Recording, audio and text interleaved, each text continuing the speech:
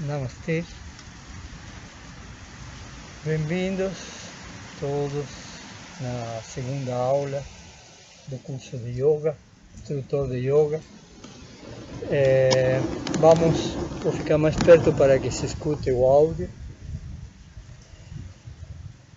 Vamos hoje, a parte teórica do curso, este primeiro vídeo, vai tratar do...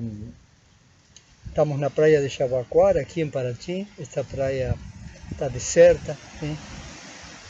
Só a gente veio só para filmar, porque o dia está lindo, aqui 30 graus está fazendo, tem um ventinho bom, estamos bem ao ar livre e longe das aglomerações de gente, tá?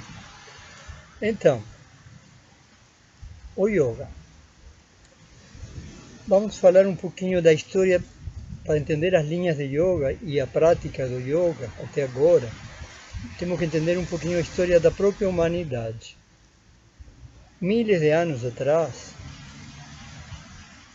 quando os primeiros povoados, os primeiros grupos de pessoas começaram a ficar sedentários, foram criadas várias civilizações no planeta. Civilizações gregárias, ou seja, civilizações que cultivavam a terra, viviam de uma forma já organizada, né? Algumas dessas culturas e civilizações eram muito evoluídas enquanto a tudo. É inacreditável até que elas tenham sido desse jeito. Dentre elas, as primeiras dinastias egípcias. E o que vamos falar agora da região da Caxemira, na Índia, é muito antigo. É até anterior às primeiras dinastias egípcias. Eu não lembro agora exatamente os milhares de anos, mas é por volta de 4 ou 5 mil anos atrás. Nas civilizações, para falar do yoga, não vamos falar do mundo, porque isso que vamos falar que aconteceu na Índia, aconteceu também em diversas partes do planeta. Sim? No Vale do Indo, no norte da Índia, na Caxemira, existiam algumas cidades, foram desenvolvendo, né, algumas cidades que foram descobertas no século passado, por exemplo, há pouco tempo. Dentre elas, hoje já tem nomes: Harappa, Mohenjo-Daro, Lothal. Encontraram, abaixo de metros de terra, essas cidades. E aí se retomou a ideia de como tinha sido a origem dessa civilização e de como o yoga era a sua prática. Tudo isso que estamos falando está muito bem descrito, muito bem detalhado no livro Tantra, o culto da feminilidade, de André Van Liesveld. Ele foi um dos meus mestres de yoga. Ele é belga e mora na França. Eu acho que ele já, não sei se ele ainda está vivo, mas ele escreveu um livro que é como, digamos, o livro principal do tantrismo, né, do tantra na atualidade. E na primeira coisa que ele conta aí é toda essa história da humanidade naquele vale do Indo. Então vão achar esse material muito interessante se vocês conseguem esse livro. E esse lugar contam mais ou menos que o que viram as pessoas é a evolução. Deixa eu ver o horário que começamos aqui, porque assim a gente aqui na praia perde a noção do tempo, né? Perde a noção do tempo. Tá. Então, aquele vale, pelo que os arqueólogos e os historiadores vinculados com arqueólogos descobriram, é que a civilização era muito horizontal. Não existia muita diferença de classes sociais, nem nada disso, mas era um lugar tão evoluído que tinha até torneiras dentro da casa com água, sabe? E sistemas de esgoto na cidade. Estamos falando 5 mil anos atrás. Quando, para alguns historiadores, nessa época, o ser humano ainda estava nas cavernas, praticamente, sabe? Então, essa civilização era muito evoluída. E a organização social dela não era como na atualidade, não existia a família como nós conhecemos hoje, marido, mulher, filhinho, não, eram grupos. Homens e mulheres se vinculavam em grupos, digamos, moravam em grupos como se fossem clãs. E as relações entre eles, as sexuais, não eram tipo monogâmicas, entende? Era poligâmico, organizavam festas. A sexualidade era uma das coisas que eles consideravam sagrada, que tinha a ver com a reprodução, com a fertilidade. Então, vamos entender como era a espiritualidade, né, desse povo para entender como se originou o yoga. Esse povo, eles cultuavam a natureza, porque eles viam a natureza, o universo, e eles achavam que isso era algo muito maior do que eles mesmos como pessoas, indivíduos. Eles cultuavam a natureza. Você entende? Daí que muitas das coisas do yoga são coisas que têm a ver com a natureza. A forma da árvore, a vrikshasana, o crocodilo. Imitam ou tentam conectar, se unir com a vibração do animal, da árvore e de diversas coisas da natureza, que era o objeto de culto dele. Eles, se colocando em uma determinada forma, tentavam ser a árvore, ser o animal aquele que estavam fazendo. Entende? Se transformar, porque yoga quer dizer união, a palavra. Então, a religiosidade deles, a espiritualidade deles era da união. Então, uma das uniões que eles tinham eram com a natureza. E daí que, cultuando a natureza, eles começaram a imitar a natureza e saíram posturas de yoga da imitação da natureza. Você entende? Outra coisa que para eles era sagrada era a sexualidade. Tanto que os quartos das casas, quartos onde as pessoas supostamente dormiam ou faziam o amor, eram os santuários das casas. Tinha muitas esculturas, normalmente, como a gente coloca na cabeceira da cama coisas, né? Esculturas com mulheres de braços e pernas abertos. Era mais comum como para adorar a natureza e a sua representante, porque eles achavam que, logicamente, é muito fácil vincular a natureza feminina com a natureza, verdade? Então eles adoravam o feminino, era isso que adoravam. Daí que o nome que se dava a todo o feminino puro era Shakti. A Shakti era, na verdade, a energia pura, vital, sabe? Mas era relacionada no ser humano com a mulher. Por isso a mulher era a Shakti, a Deus, que chamavam ali. E eles adoravam a sexualidade, porque eles viam que na hora de ter relações sexuais também acontecia uma união em um plano muito diferente do comum do dia a dia deles. E por isso muitas outras posturas de yoga lembram posturas que a gente utiliza quando faz o amor, quando faz sexo, né? Então, entendam que o yoga tem esse vínculo com a natureza intrínseco. E o depois chamado tantrismo, porque a palavra tantra veio lá no século V, VI já do século passado, né? Essa palavra veio depois, mas ela descreve um pouco aquela filosofia de vida que tinham aqueles povos antigos. Só para terminar de explicar aquela forma de vida, eram matriarcados os lugares, ou seja, nada a ver com o patriarcado atual, né? Matriarcados, a linhagem se transmitia da mãe para a filha, porque a maioria das vezes não se sabia quem era o pai, logicamente, como com os animais, não se sabia quem era o pai, né?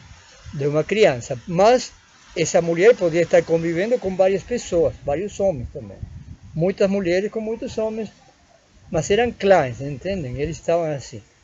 Só se vinculavam com pessoas de outros clãs quando faziam festas. As festas saíam e iam, e aí acontecia qualquer coisa, como nas festas de hoje em dia, né? Pode topar com qualquer um, e logicamente que as relações sexuais eram, digamos que hoje em dia, a religião chamaria de promíscuas, mas na verdade eram naturais para ele. Como, quem sabe, voltariam a ser agora se a gente não tivesse tido a educação judaico-cristã, né, muçulmana, que nós temos hoje em dia, que foi a que implantou a monogamia e todas as ideias relativas a esse comportamento supostamente moral, né, que é relativo, né, é uma moral que alguém colocou que era assim, mas antigamente não era assim, e os povos pareciam bem mais evoluídos do que a gente, viu?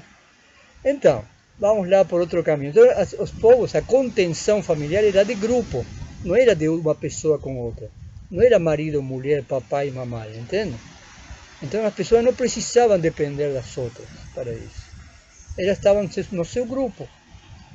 Podiam se vincular com pessoas de outro grupo, mas voltavam para seu grupo, entende?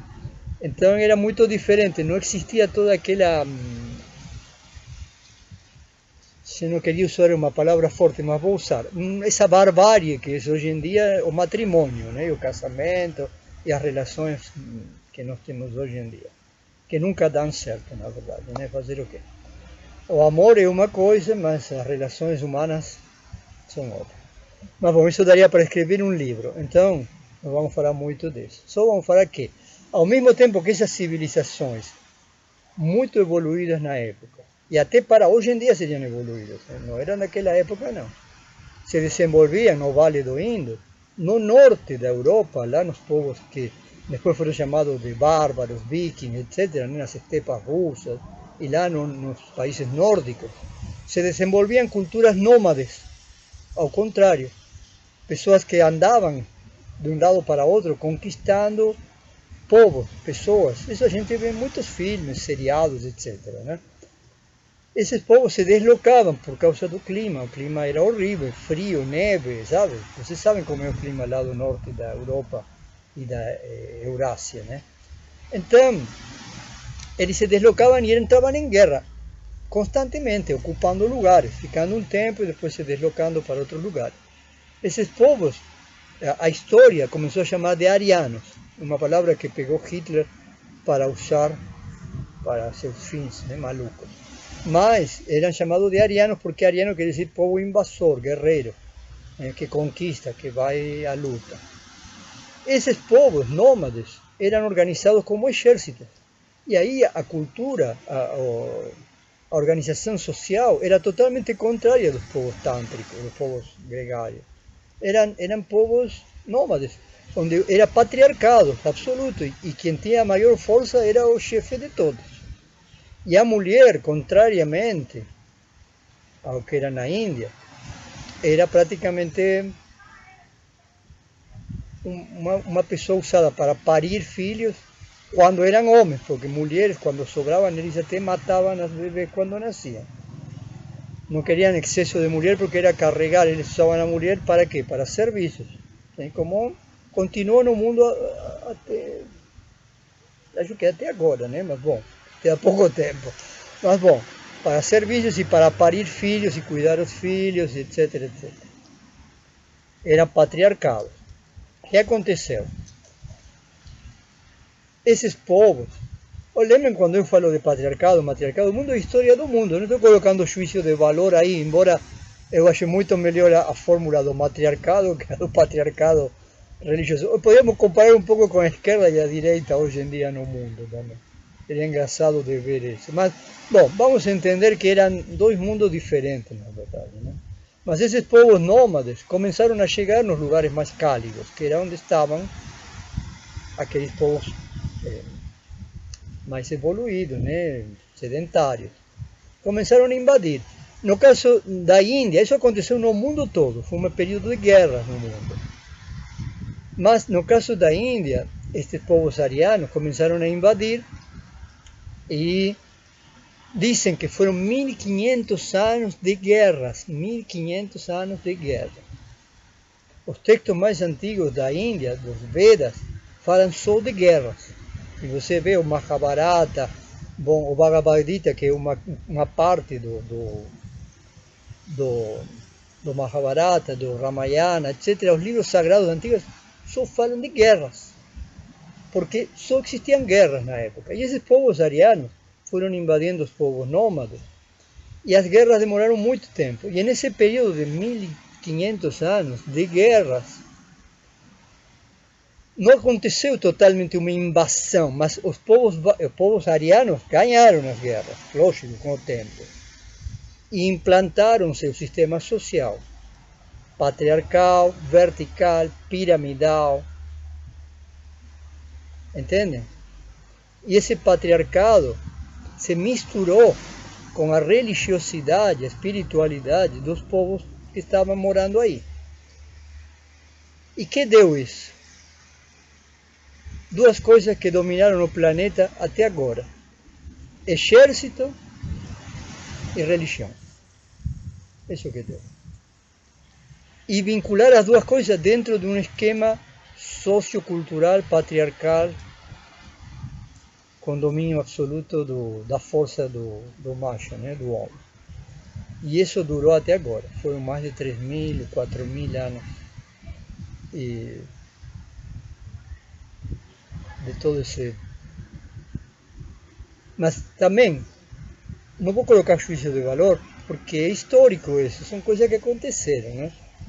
Que aconteceram pelo mundo inteiro, desde Norte-América, Sudamérica, por todo lado aconteceu algo similar a isso. Então, o que aconteceu agora? Explicando o yoga. Essa união deu nos Vedas, na religião Vedanta, brahmânica, vamos chamar assim.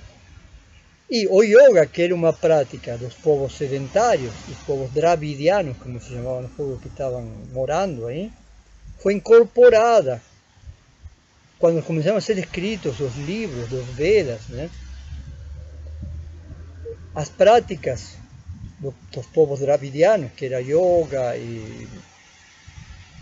e outras práticas, foram incorporadas.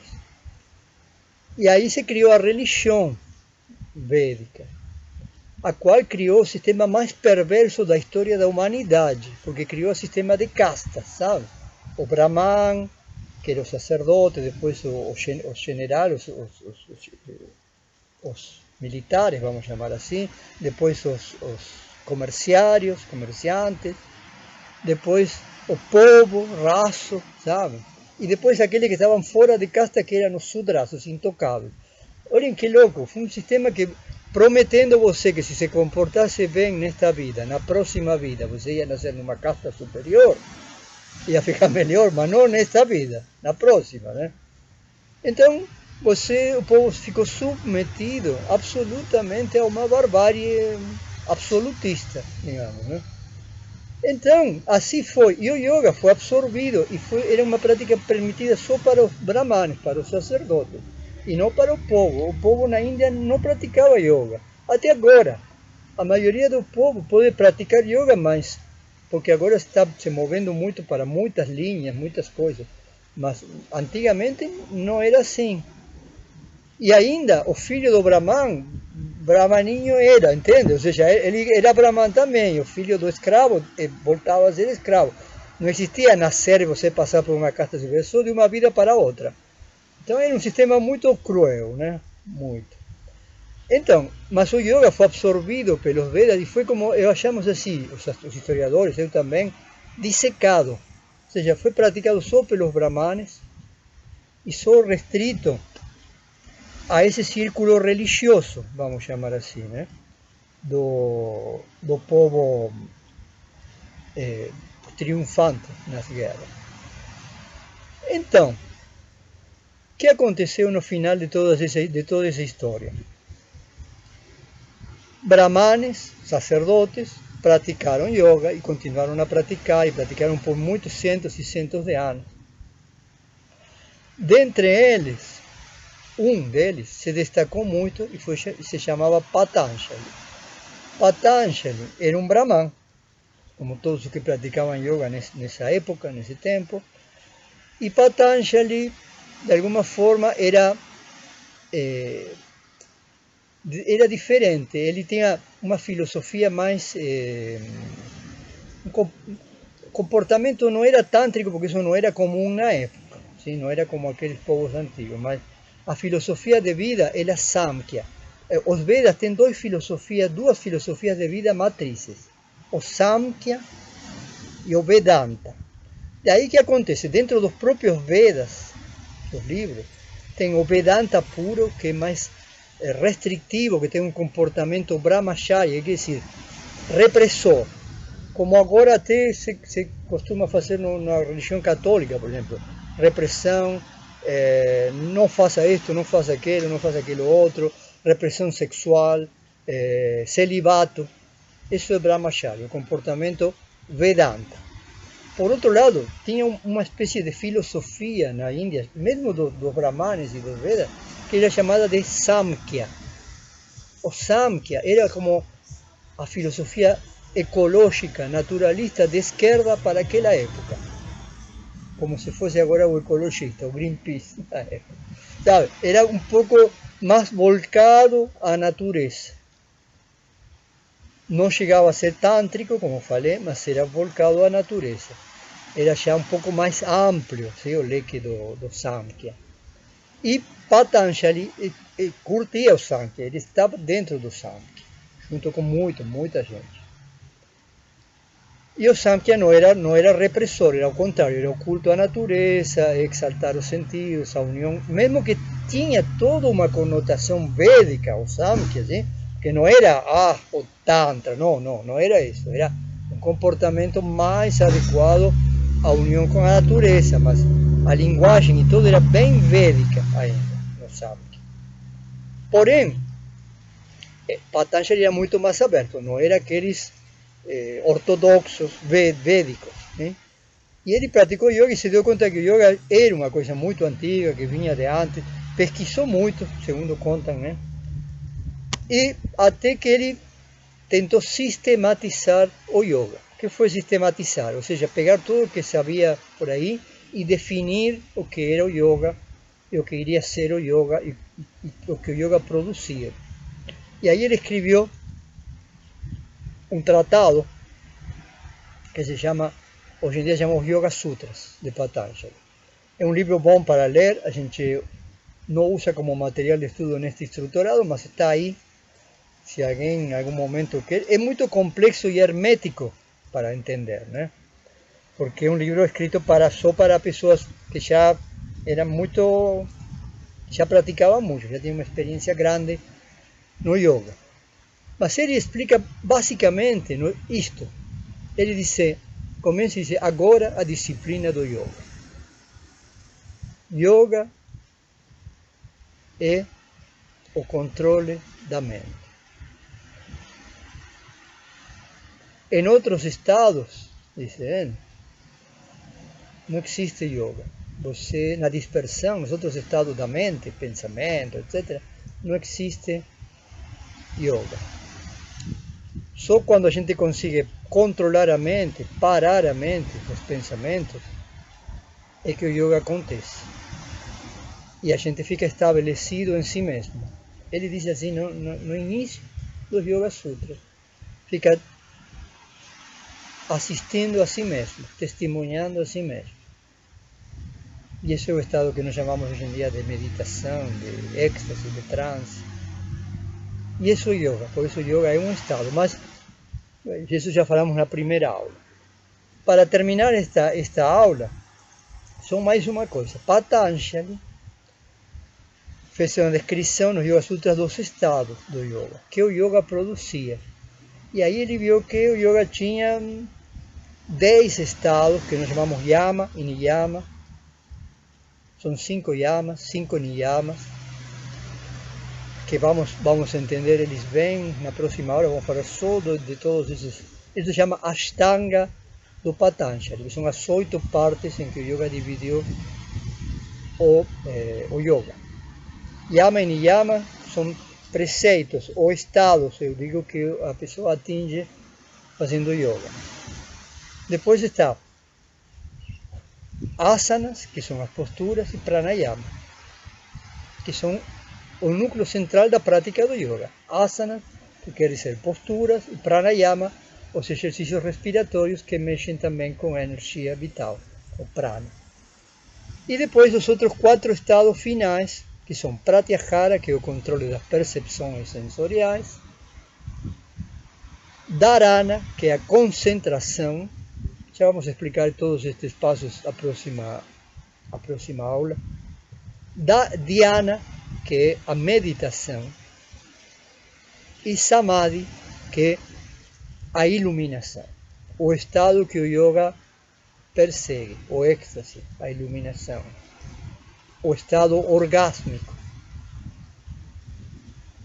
A psicologia transpessoal chama de estados oceânicos, ou estados transpessoais, onde a gente atinge um estado que vai muito além do ego, transpessoais. Então, olhe, a psicologia transpessoal moderna está usando toda aquela velha teoria para reafirmar os conceitos psicológicos modernos da atualidade. E estamos vendo os estados de consciência que eles podem realmente evoluir e se transformar em estados muito mais acima do nível comum, do nível considerado normal. E o yoga, para finalizar esta aula, promove isso. O yoga vai produzir uma evolução mental em nós. A ver se entendemos.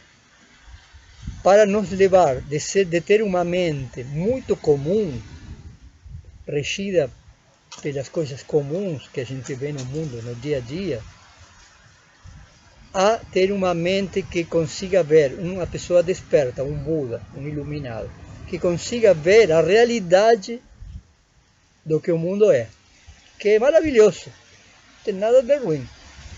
Mas o comportamento humano e a forma de viver na ignorância, na escuridão, tem muito de questionável, né? Então, a evolução, a alquimia que se faz dentro do yoga é uma alquimia da mente, uma alquimia da consciência. A gente usa o corpo para o yoga, usa a respiração, as funções orgânicas como mediadora para chegar naquele estado.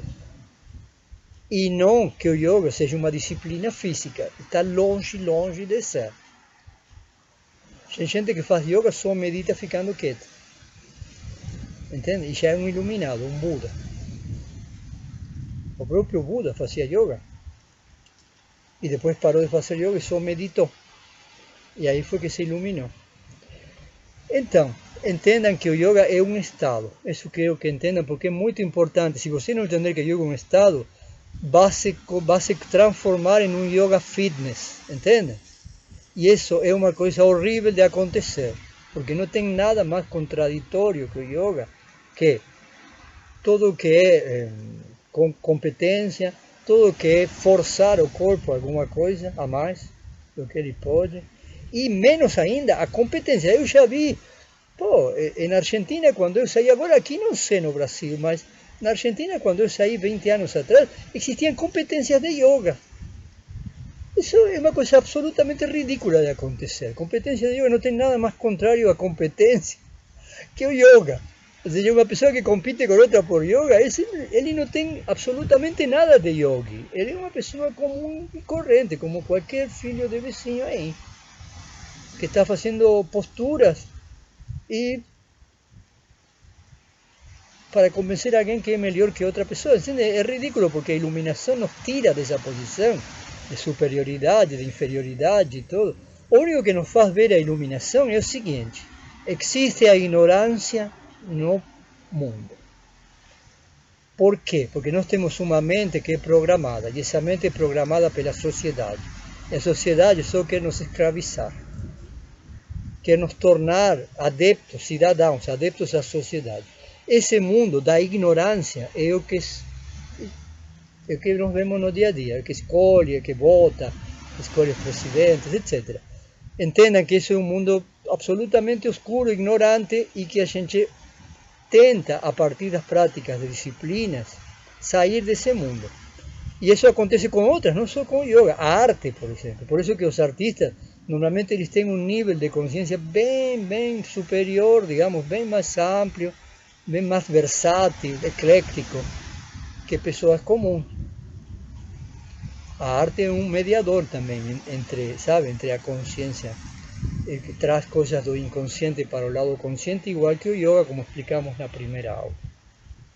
Então, entendido tudo isso, entendido que o yoga é, de onde ele vem, vocês vão ter uma apostila com toda essa história, sim? Tá, já falamos, está tudo escrito, super detalhado. Eu aqui apenas dei uma resumida nessa história para que vocês entendam o que, de onde vem o yoga e para onde vai.